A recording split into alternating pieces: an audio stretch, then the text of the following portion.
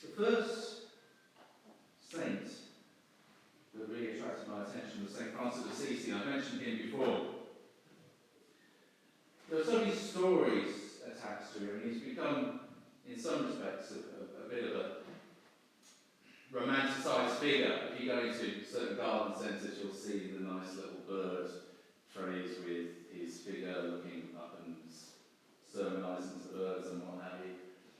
But St. Francis is, for me, probably above all the other saints, somebody who actually really exemplified what it meant to be a disciple. One of my favourite stories is actually from very early on in his ministry. Now, for a reminder, St. Francis, when he first started out, was a bit of a dandy and a bit of a playboy. He had an eye for the ladies, he loved dressing up in fine clothes, and went off to war really to show how macho and how wonderful he was. But he's get the eye of the ladies again. Once he was at war, he was made a prisoner of war. And that's what changed his life, because being in the dungeon with people from all walks of life, in utter degradation, without anything to give to one another except their presence and their company and their support, he began to have this compassion well up inside himself for all those who desperately needed love and care. And not simply the words love and care, but very active. And when he was actually released and finally went home, that's when he began his ministry of being alongside the poor. And he took this very, very seriously. He gave away everything he had, quite literally. And then, his father being a wealthy merchant in fine linen and cloth, started giving away everything his father had as well. But which didn't go down too well with his father, who, after all, was in business and wanted to make a profit, and could quietly see those profits dwindling and dwindling. Time after time, he pleaded with Francis, but time after time, Francis would go and raid the warehouse and dole out the linens to people who needed them, to either sell them or to actually make clothes out of. And eventually his father got so fed up with him that he took him before the local magistrate and sued him. Father suing his own son. And so there the two of them are, and they're surrounded by onlookers, because by this time Francis, of course, has become a bit of a local celebrity. People are curious about him and so forth. And they're especially curious now that his father and son of war. It's like Jeremy Kyle, but back in the 11th century. They're at war with one another, so everybody's looking up. And the father says to the judge, "All I want is restitution for the money that my son has lost." And in that very moment, Francis divests himself, strips completely naked, folds up the clothes and hands them to his father and say, "You can have the shirt off my back. It's yours. I took it from you. Here it is back." And he walked out, complete starkers, into the void beyond, before somebody clothed him in sackcloth. That complete divesting of himself was not simply to give back to his father, but it was actually very symbolic of the fact that now he was free. Nobody had a claim upon him anymore. He was neither possessed by others, nor did he possess them, because he no longer felt that he had expectations of others. And so from then on, he was available to everybody. Now, that doesn't mean he didn't have particularly close friendships. He did. He had an inner circle of friars alongside him that he was particularly close to. But if somebody was there who needed his attention, that doesn't mean that they were cast to one side. Instead, actually, they would take preference. The friends that knew him would actually have to take a step back so that he could share the love of God with the person who actually needed his presence right in that very moment. He didn't distinguish between those whom he knew personally and those he'd never clapped eyes on before. All were children of God. All were loved by God.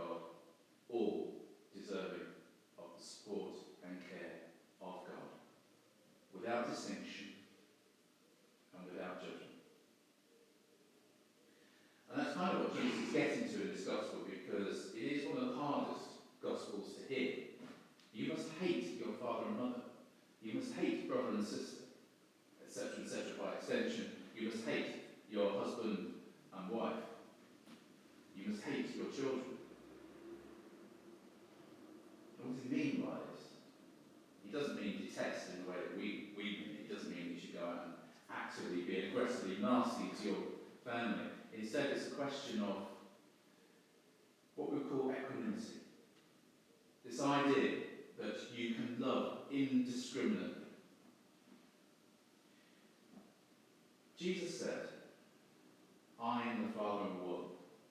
And in that, he had found his complete peace and complete contentment in the Father. He knew that the only way to do that was actually to focus his life on his inner search for the Father. To do that, he had to be free, in exactly the same way that St. Francis became free. That did not mean he didn't for 1 minute love those around him. Quite the opposite. By no longer being tied to any one person, he became available to everybody. The one thing that Jesus points us to is where happiness comes from. Because each and every one of us wants to be happy. If you don't want to be happy, there's something seriously psychiatrically wrong with you. And really, I recommend you go and see a doctor right now. We all want to be happy. The trouble is, we put happiness in the wrong place. To cite this quote, we look for happiness in all the wrong places. We think that the next thing is going to make us happy. That thing that could make us happy might be the next acquisition, the next addition to our bank balance, the next house, the next car. And in fact, the whole of the world's marketing system now rests on this idea that you really do need the next greatest, best thing. Please spend your money on this. This is going to make you so happy. Yeah, the amount of times I see my nephews and nieces, the next time the next iPhone comes up, they must have it there and then. It's going to make them so happy. Yeah, they don't do anything other than what they were doing with their previous version. They must have it. Next now. But it's not just with acquisitions. We also do it with people. We invest our happiness in other people. And here's the clincher, folks. Nobody else can make you happy. They may give you joy. They may give you a sense of love and support and companionship. But they themselves can never make you happy. And in fact, it's completely and utterly unfair to expect anybody else to make you happy. That's putting a burden upon their shoulders.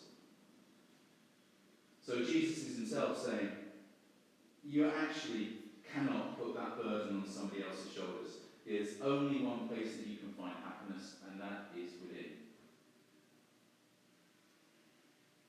Only in union with the Father can you actually find complete and utter peace and happiness.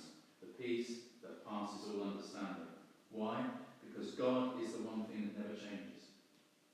The love of God is the one thing that never changes. And it's not something that's out there that you have to go searching for. It's not something that you have to make happen. It's right there already inside you. You are perfect as you are. Something I say so regularly now. You are perfect as you are. You are loved as you are. Because each and every one of you is a child and a manifestation of God. Each and every one of you is the image of the invisible God. Just as Paul tells us. You don't need to go anywhere else. What we do need is to have our eyes opened to it. Because we are taught from a very early age to look for our happiness elsewhere. We are taught that we must need other people to fulfill our happiness. That by having the right relationship, we are going to actually find that indefinable thing that gives us eternal joy. But you actually can't bank on it. Because even the people you love with all your heart and soul, at some point in time they're going to disappoint you. Because they're human beings. And to expect otherwise is to be unfair to them.